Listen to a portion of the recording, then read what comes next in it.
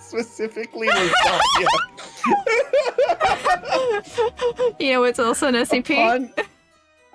What? SpongeBob. No.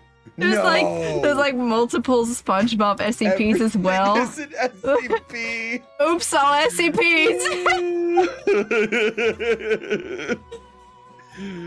There's also one that's specifically SpongeBob watches. Also, SCP 1808 is that's the SpongeBob SCP. Oh my gosh, we need to look into that afterwards. It is so cursed. Upon the criteria for its manifestation being met, SCP-3166 will appear in the vicinity of a suitable individual hereafter referred to as the target and move towards their location. Known targets of SCP-3166 have included individuals prominently involved in rival media to the Garfield franchise. Maybe that's why Bubsy died. Individuals formerly involved in the production of the Garfield comic. Individuals involved in parodies of the Garfield franchise. Vocal critics of the Garfield franchise. Garfield creator Jim Davis.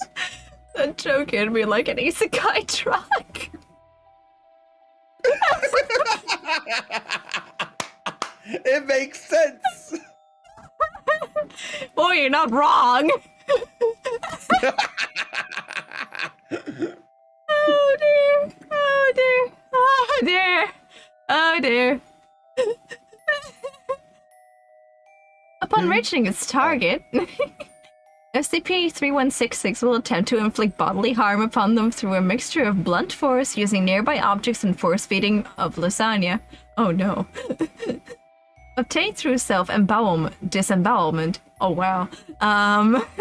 During this process, SCP-3166 will vocalize by meowing, purring, and screeching in the manner of an extremely agitated cat. Lasagna outside of SCP-3166's mass has proven to be an effective form of bait for the entity, as upon seeing it, SCP-3166 will abandon its original goal and instead attempt to incorporate the pasto onto itself. SCP-3166 first manifested on the October 23rd, 1989. I was so confused for a second. I know it's hard. I was so confused for a second. Like the My American, European ass. Yeah, the European. My European ass read that like it's the 10th of a 23rd month. Like, what kind of weird calendar do they have in this universe?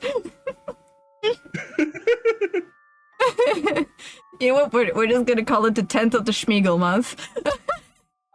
10th of the Schmiegel month. In 1989, within the Chicago offices of United Media, who were the publishers of the Garfield comic strip at the time, upon manifestation, SCP-3166 wandered around the offices in a confused and distressed manner, before indiscriminately assaulting any individuals present at security, after security attempted to apprehend it. It demanifested 20 minutes later. Foundation agents responding to the situation distributed amnestics as appropriate. Over the course of the following week, similar manifestations took place at a number of United Media offices around the country, ending on the 10th of the Schmiegel month. No, this is the Gimli month, 1989. Following that date, SCP-3166 altered its behavior to its current or additional context of pataphysical awakening. I missed a sentence. To its current form. See the week of Garfield comic strips beginning on the 10th of Schmiegel month 1989 in supplementary document 3166-1. For additional context on pataphysical awakening, initially, individuals involved with this production of Garfield comic strips claim to have no memory on working on that week's strips. All researchers working on SCP-3166 containment are to familiarize themselves on this material. Amendment 3166-1. Using tissue samples taken by Agent Muller during SCP-3166's most recent manifestation, genetic analysis of the meat present within the lasagna has shown to be genetically identical to Garfield creator Jim Davis. The implications of this are currently unclear. However, during surveillance of Mr. Davis by containment teams, he has complained of severe mosquito bites in the night on a number of occasions immediately preceding SCP-3166's manifestation. Uh-oh. What the fuck? It literally is like, oh yeah, wait, this meat is identical to Jim Davis? What the frick? Oh my gosh. It's I just love it's an SCP that SCPs. just manifests anytime that Garfield's doing bad, and then it's just like tries to murder people. Oh, I just love SCPs so much. They're so chaotic. Okay, what was the SpongeBob one again? It's SCP-1808.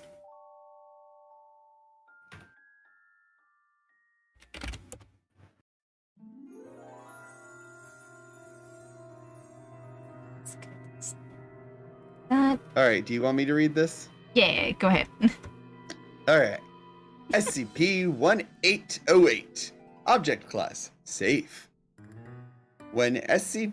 Special Containment Procedures. When SCP... or SCP-1808-1 through 1808-6 are to be kept within a shared containment locker in Safe Wing C at Site-25.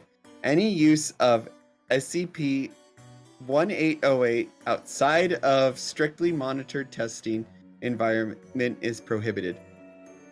Description: SCP-1808 is the collective designation of 6 yellow plastic wristwatches decorated with green polka dots and images of SpongeBob SquarePants, a popular cartoon character from the children's television series of the same name. SCP-1808 operates and is powered by anomalous means, as all the watches function normally despite the apparent removal of all interior mechanical components. SCP-1808's main anomalous properties manifest when it is worn by a human being or any other creature possessing limbs and phalanx bones. Once affixed to the subject, SCP-1808 can only be removed by the individual who originally fastened it. Every quarter hour, SCP-1808 will play a sound bite of SpongeBob's distinctive laugh and the decidual, intermediate, and proximal phalanges, bones and fingers in the toes of the limb upon which SCP-1808 is worn will grow in length by approximately 6 centimeters. The growth will continue every quarter hour until either SCP-1808 is removed or the subject's or SCP-818's adjustment knob is retracted, halting the watch's timekeeping functions. The subjects experience little to no blood loss when the phalanges penetrate the subject's flesh. However, afflicted individuals have reported the growth to be immensely painful.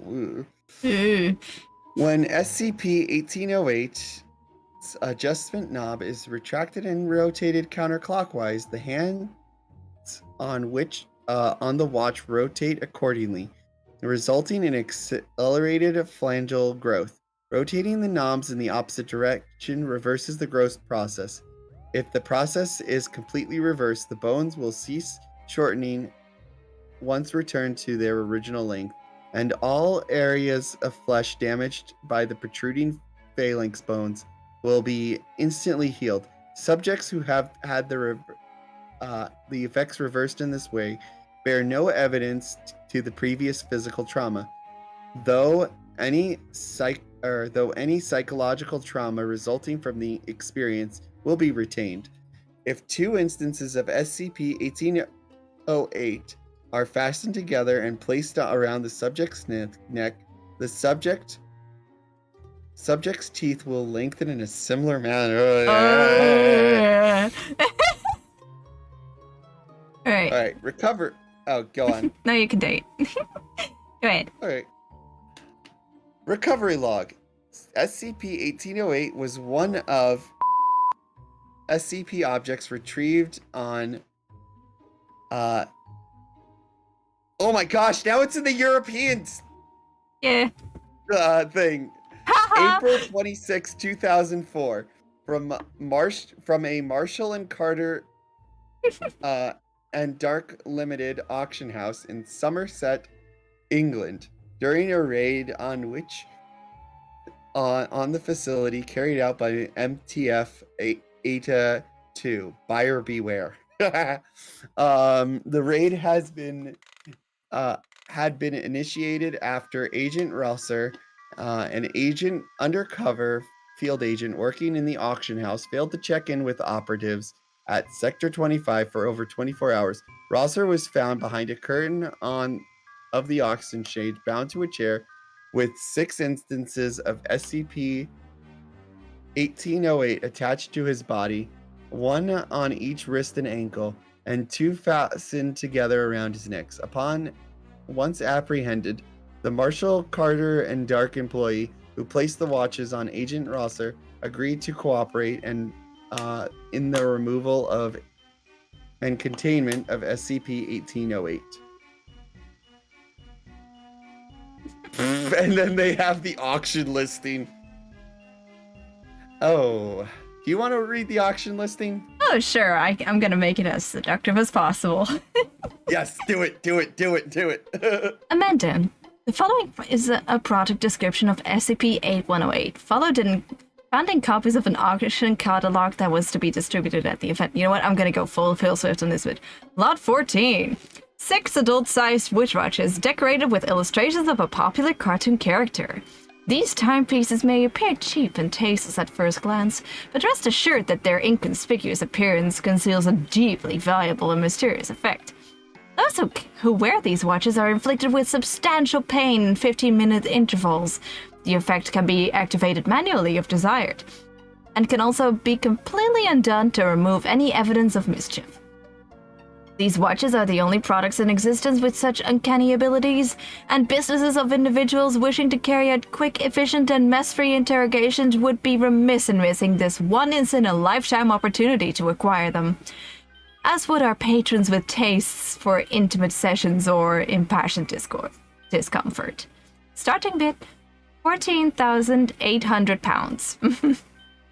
That's a freaking highway rip-off. That's a rip-off, if you ask me. Yeah, that sounds like a reasonable price. I'll take your entire stock. That's also kind of a bit, terrifying too. It literally. So let me see. So it literally makes the bones. Yep. Yeah. Without okay, so extending the skin. Without the skin. That's horrifying. Yeah. And then it literally just goes back. That's definitely something that I'm very glad is within the SCP Foundation and not some dark business.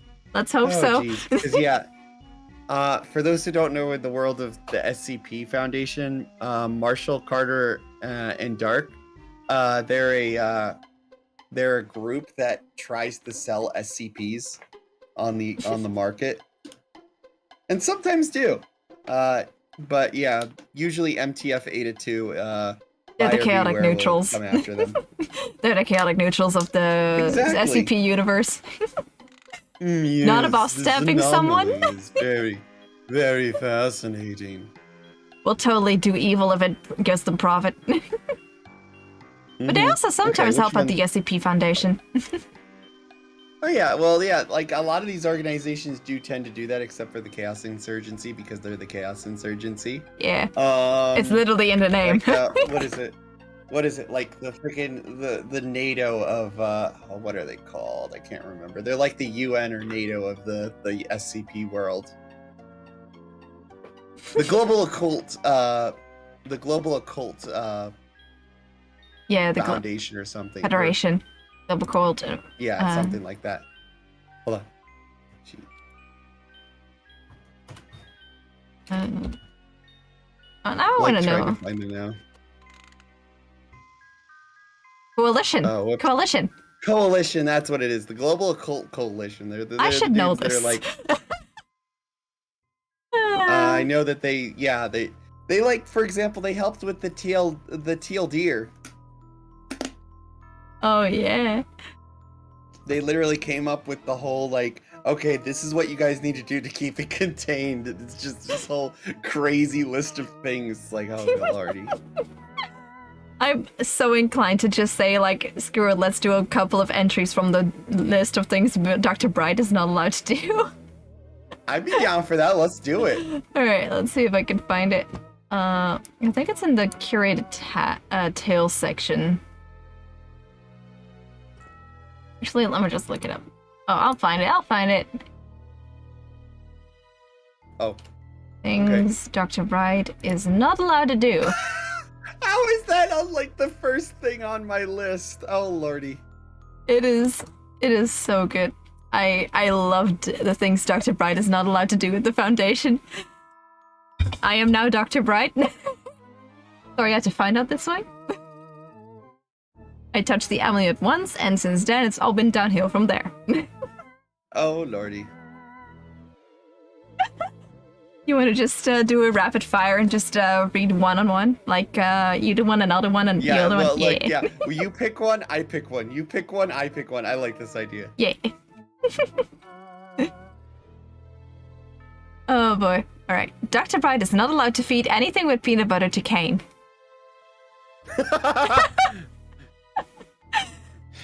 Dr. Bright should not replace the buckshot in Dr. Clef's shotgun shells with any of the following: birdseed, confetti, cake sprinkles, sawdust, or glitter.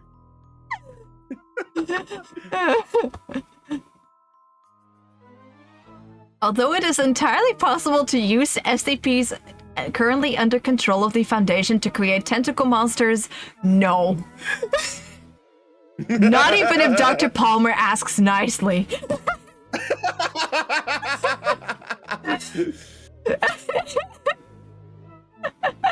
Alright, you go ahead. Okay, hold on one sec.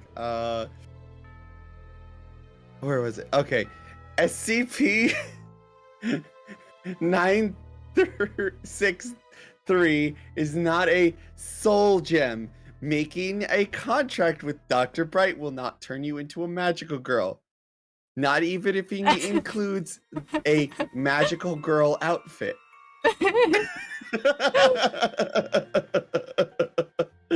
Let's see if I can find a good one.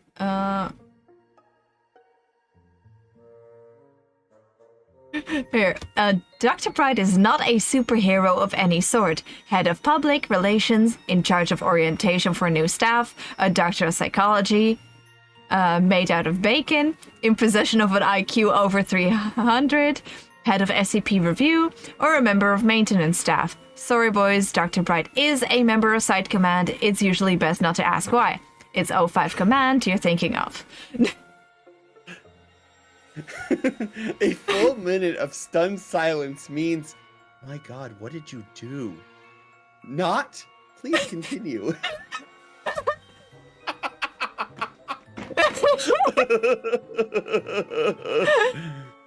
There is no ethics committee. And even if there was, does anyone believe Dr. Bright would be on it? As anything other than what not to do. Okay, I'm sorry. Do you mind if I do a long one? I have a long one here. Go ahead. Okay. The Foundation motto is yeah. contain, protect, not any of the following: Stab carrion powerfully. Let's use it on 682. Throw the cheese. That's it. You're on heater duty. Can we put it in 914? Blood makes the grass grow. Kill, kill, kill. Blood for the blood god! Fuck trees. I climb clouds, motherfucker. Is getting stabbed. But some days it should be. Whose hand is that? If anything else fails, poop on it. If all else fails, there's always the sun. We need bigger Kintons. The Society of Creepy Perverts. Fuck death, war, famine, and pestilence. We've got Cleft, Gears, Kondraki, and Bright. Throw D-class at it till it stops. 447 and dead bodies. Two great tastes that taste great together. The FBI are a bunch of pansies. Who wants to see what I can make the president do in public? For the horde. Science for the science god. Make sure to wipe your feet on 2558. When in doubt, feed it to 682. Slapsticks, clowns, and puns. Drop the blanket now. Seduction, coitus, and pregnancy. Oh no! We need more DACA. Still alive and found the cake. Don't worry. 05 won't figure out. Will it blend? Commies love us. Stat, crackle, and pop. Oh.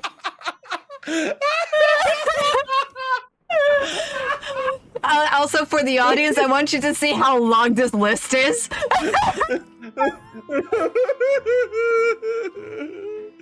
Yes, this is not even Look the at entire this. list. Look at this. Yeah, this is the amended one. Yeah, there's 280 entries. I really want to make a stream with all of these. Like, Dr. holy Bright hell. has really done some messed up stuff. I love these so much. All right, go ahead. All right, let's see if I can find one. How about we do 2 more each? So you do one, I do one, you do one, Yeah. I do one. I'm also gonna do a long one. Let's see. You know what? This one to tease Yomi if she ever watches the pod. The following items are not SCPs. Rainbows. Double rainbows. Rain booms, whether sonic or otherwise. The tides. The moon. Fucking magnets. Rocks that skip 3 times before they go underwater. Soy cheese. Hippies. Hipsters. MILFs. G-MILFs. GG-MILFs.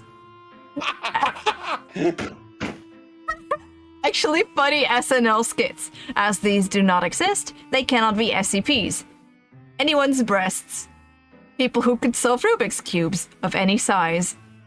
17. Shiny / any Pokemon.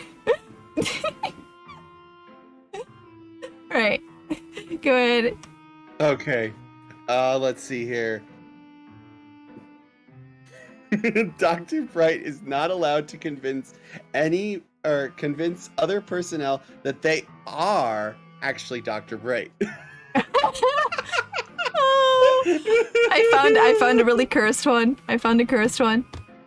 Okay, go on. Dr. Bright is no longer allowed to accept or use the following as payment for bets.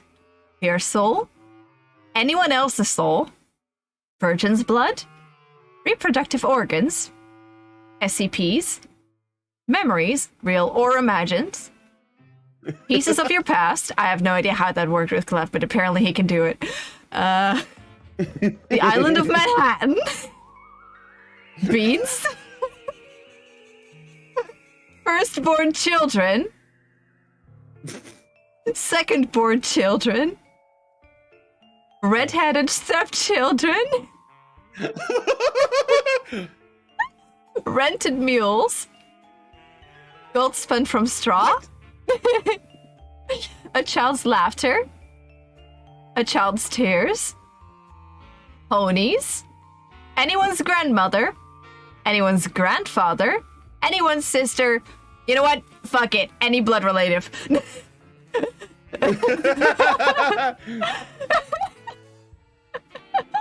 I love these so much. They're so cursed. Oh. Dr. Bright is... Oh, are you still going? I'm sorry. No, that's it. That's it. Oh.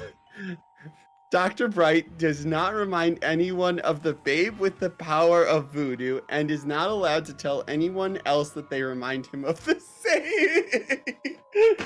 You remind me of the babe. What the... Oh, I want to do one more. My British blood is telling me to do one more. Go ahead. Go ahead. Dr. Bright is not allowed to give SCP-239 a copy of any Harry Potter books. Amendum. Ademon. Ademden. I can't pronounce that word. What did you do? Oh my... Imagine. Just to be sure. Oh, her. Yeah. Yep, that's the witch that can make literally everything into a reality. She should not have access to Harry Potter. Oh, yeah, no, I was like, wait, is that the... Oh, lordy. Yeah, that's the little girl. I remember in, like, the footnote... Oh my god, that one's both funny and sad. Yeah. But, like, she's... Because, yeah, they literally had to, like, I guess... Didn't they put her into, like, a coma or something? Yep, in one of those tubes, even. And someone told her about freaking Santa Claus, and she's like, Santa Claus? And then they tracked down a Santa Claus SCP. Oh. Like, oh. The worst part is knowing that inside of that is like a centuries-old witch.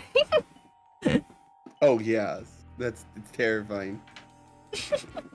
Oh no, I just love this entire thing. This is like my favorite entry. What's going on? This is my favorite thing.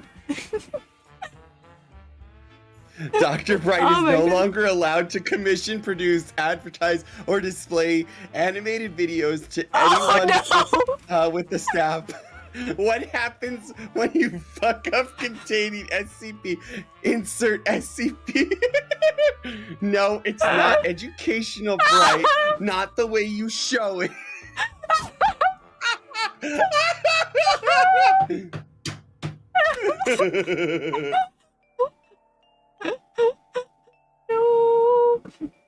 Okay, this one is very accurate to one of the SCPs we've read today.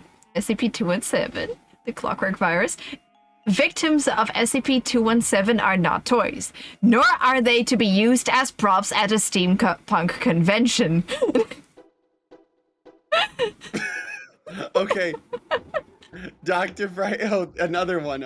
Dr. Bright is not allowed to attack instances of SCP-217, claiming that the Borg have attacked.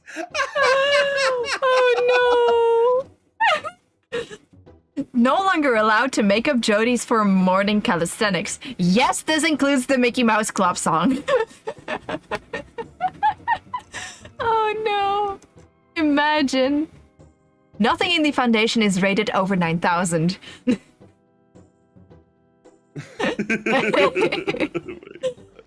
Uh-oh. What? Showing Monty Python episodes to SCP-239 was not a wise decision. Please never try this with any other reality warping SCP. The serpent's hand is not a synonym for... I'm not even going to read that. Oh no! It's the M word and it ends with an N. Oh no! I found two terrible ones. I found two terrible ones. Alright, go ahead. Dr. Bright is not the Lord of Rodley Might, and is hereby banned from playing Dungeons & Dragons, making use of SCPs to simulate the real danger. Okay, but what if you use the oh gosh, this not 137, but the other statue boop one. 650? There you go. Yeah, you use 650. There you go. Problem solved. It's safe. Yeah. It's totally safe. I'm sure it's still on the list, though. Yeah. My evil twin did it is no longer considered a viable excuse, nor is my good twin did it, considering the implications. Go. Imagine. I love that. I love the my good twin did it. I'm gonna use that from now on. My good twin did it. Oh no. Any proposal which includes the phrase metric fuckload is straight out denied. Love it. These are just so God. good. I love these so much. Like that's the one thing I really like about SCP. Like the world building in the SCP Foundation is amazing. Like, Yeah. the lengths people have gone to for it, like taking some of the characters and even making like their own stories with them. You know, like taking what is it like playing around with Dr. Bright's ability, you know, to use his SCP. What is it? There was one story where he had been kidnapped by like an evil or by another organization or something like that, and they were interrogating him, and he's like, "Well, I'm not going to tell you anything." They're like, "Oh, well, we'll just kill off one of your friends, and oh, hey, look, we'll just kill you off, and we'll put your SCP what is it? 26 or 26. Which one was? Oh my gosh! Which one did Dr. Bright have? I forgot. 912, I think.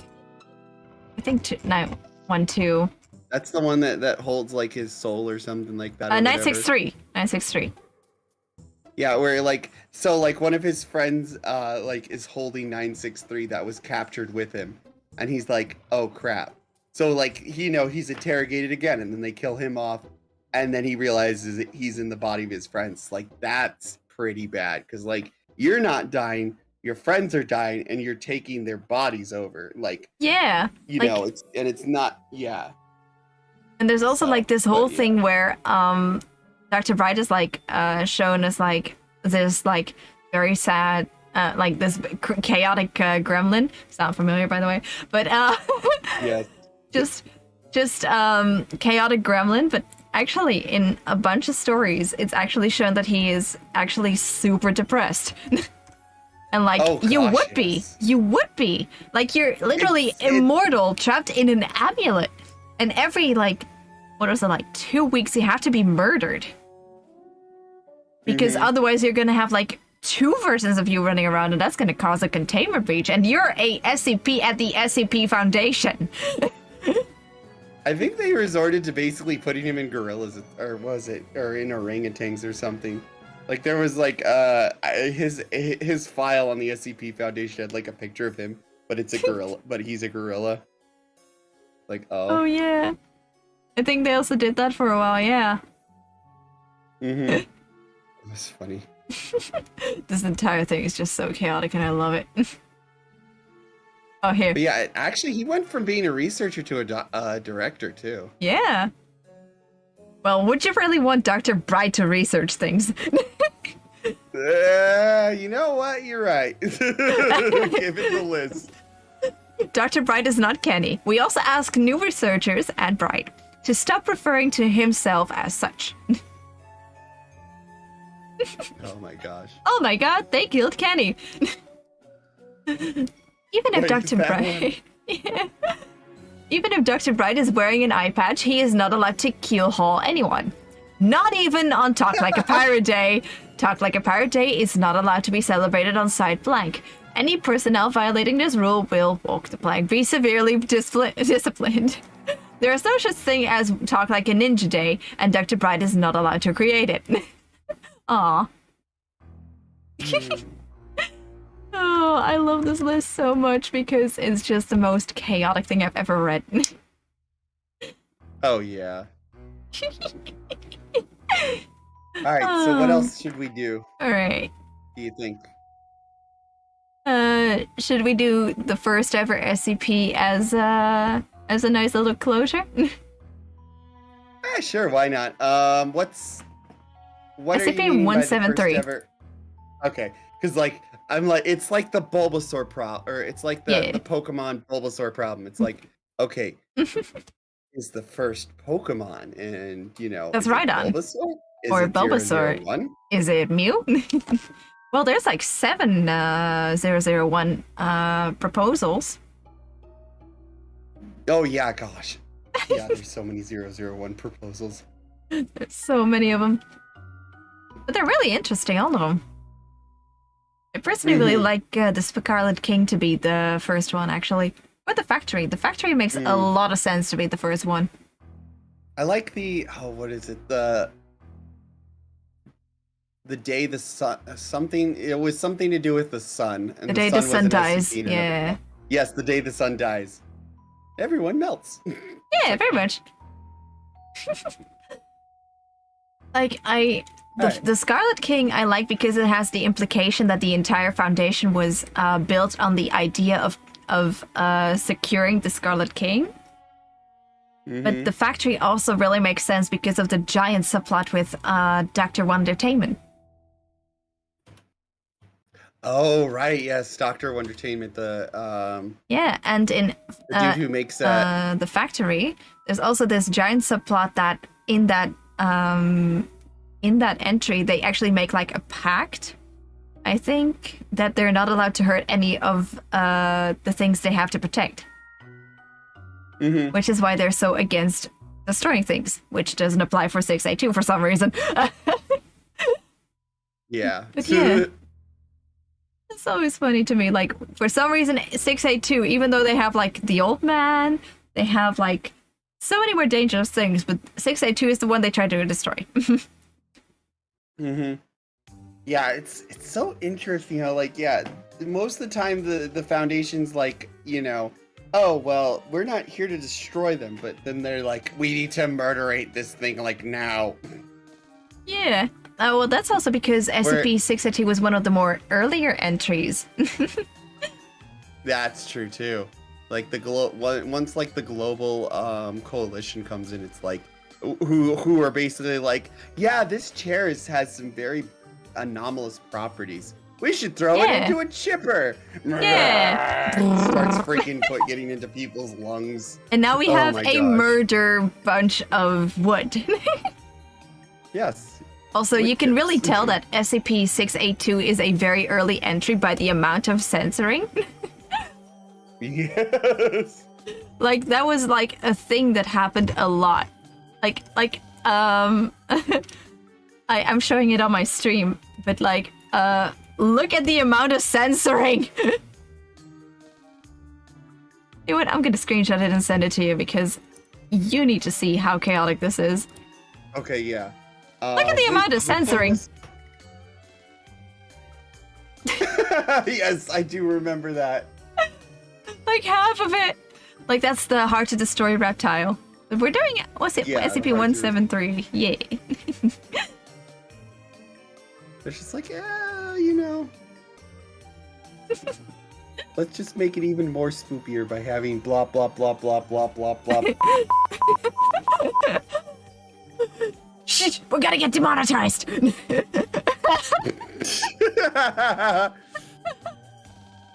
Like, we're gonna sound like R2-D2 at the end of this. Beep, boop. Which one was it?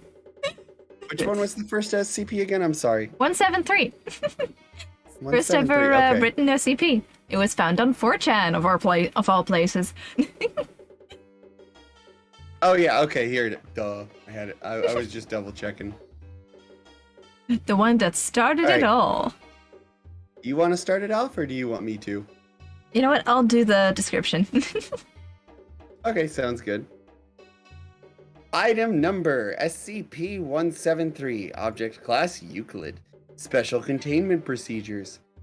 Item SCP-173 is to be kept in a locked container at all times.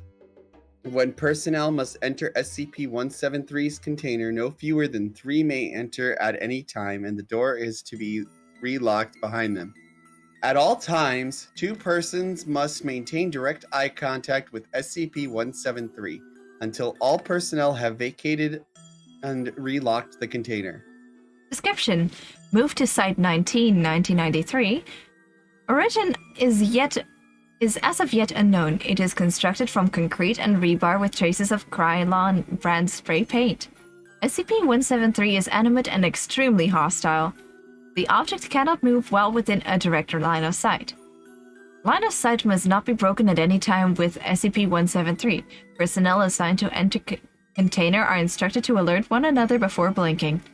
Object is reported to attack by snapping the neck at the base of the skull, or by strangulation. In the event of an attack, personnel are to observe Class 4 hazardous object containment procedures. Personnel report sounds of scraping stone originating from within the container when no one is present inside. This is considered normal, and any change in this behavior should be reported to the acting HMCL supervisor on duty. The reddish-brown substance on the floor is a combination of feces and blood. Origin of these materials is unknown. The enclosure must be cleaned on a bi-weekly basis. This is the one that started it all. I love it. Yeah, I love how this started everything. Unfortunately, the I guess the right holder or whatever was like, or they had to take the picture down, but it actually was voluntary. Huh? Oh, it was voluntary. I thought it was like, yo, take this down. Oh, okay. No, they were actually pretty chill with it, but the whole foundation decided like, yeah, but we want to respect your copyright. And so for a while, like the guy who originally made like the statue that was used as the illustration for SCP-173 was actually totally cool with it. Like, as long as it wasn't monetized, like, it was okay. And like, even in small things, monetization was alright, I think, in his eyes. But like, with the SCP Wiki as a whole, decided like, yeah, but we still feel really bad about it. And not too long ago, they actually made the change. That's cool.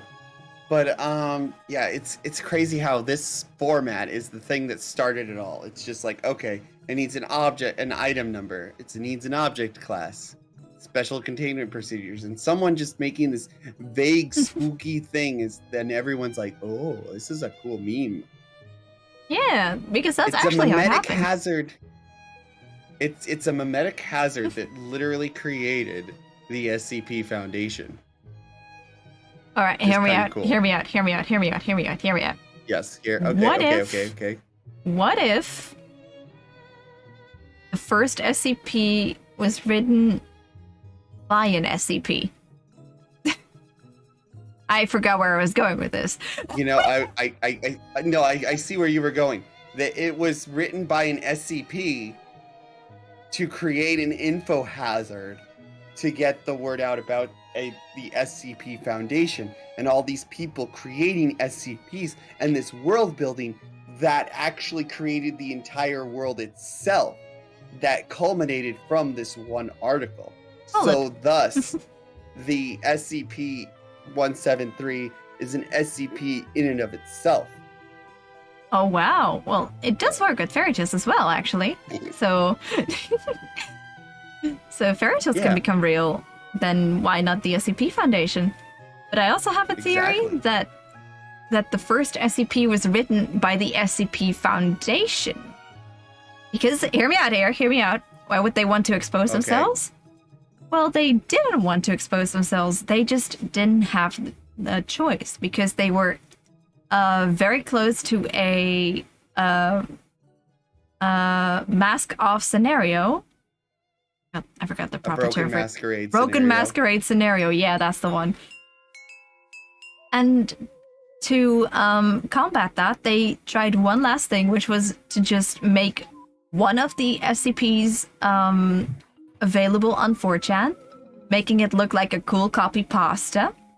So people would think, oh, that's a cool fictional universe. Well, all of this is actually going on behind the scenes. Ooh, I think that's like the whole thing is like, you know, that's what makes the SCP Foundation so cool and you know, believable is because well, they have amnestics and whatnot, it could be believable, Yeah. that there's a shadowy organization making sure that, humanity doesn't plunge into a whole dark age because of these things. And on that note, on speaking on the Broken Masquerade, it's kind of cool that they have that alternate universe where, occultism and whatnot there was a huge screw up and literally North Korea base disappeared and the SCP Foundation couldn't cover it up. They just start acting like... and it shows how do people deal with SCPs in the normal day-to-day life. Yeah. Gosh, one of these days I need to run a session or a campaign or a one-off of some sort of tabletop game where there was a Broken Masquerade. I know there's a couple of tabletop games with that kind of a setting. But yeah. Yeah, those are really interesting. Like, or like imagine just like giving players like scenarios like you see this thing, how are you gonna deal with it? And that's the entirety of it. Gosh, there's one that's basically turns it into a high school anime called The Breakfast Cult. Oh yeah. Oh yeah, you showed me that. Yes. Oh my gosh, it's so it looks so funny. But yeah, yeah. I don't know where I'm going with this. But yeah, you should do that actually. You should. And you should invite me. Just casually brute forcing my way into another collab. Oh lordy. This time we should invite Aethel. Just put the toaster in there just to use Aethel. Oh gosh, no. Imagine though. Start acting like a toaster. You want to integrate with the electric sockets.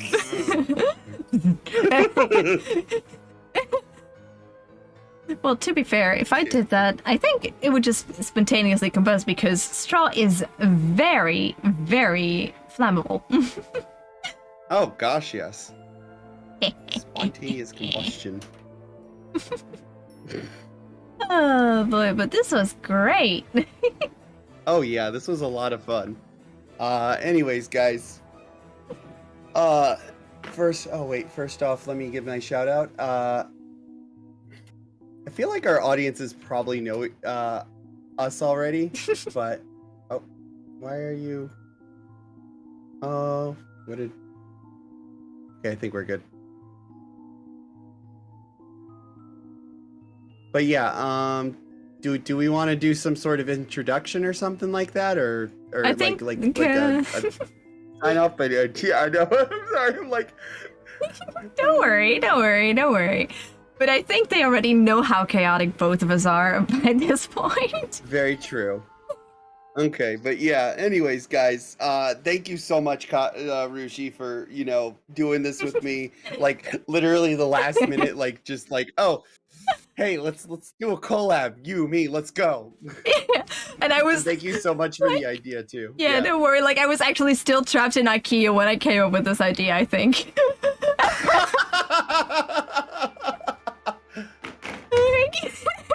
I was literally there, like, you know what? Funny. You know what? As long as it doesn't contain any IKEA. Wait a minute.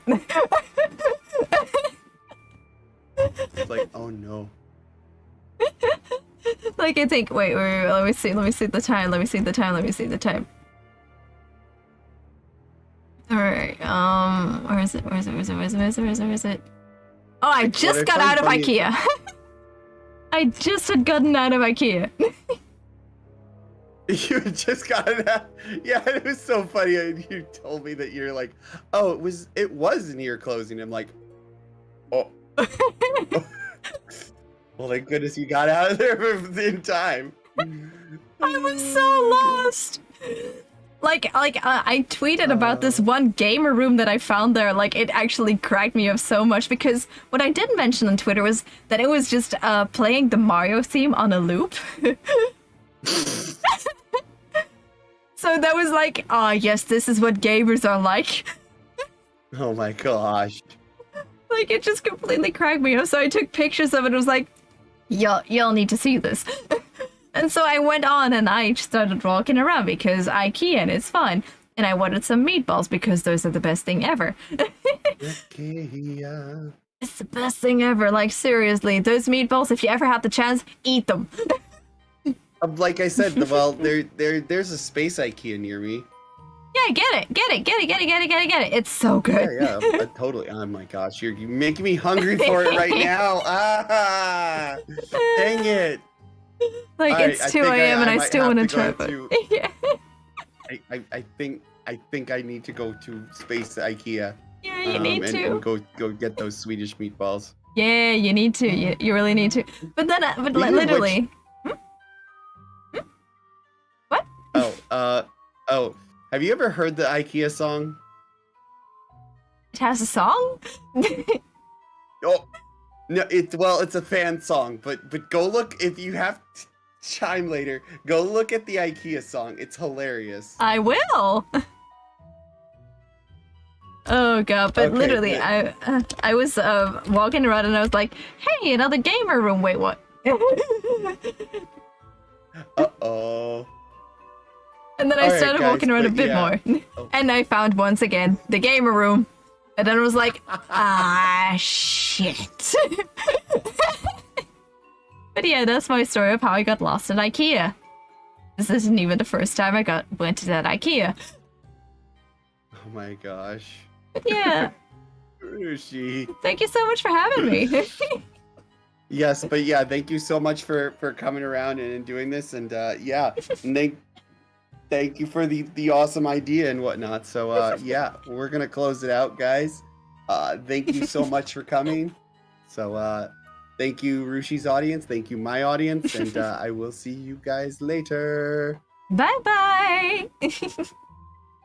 Bye bye.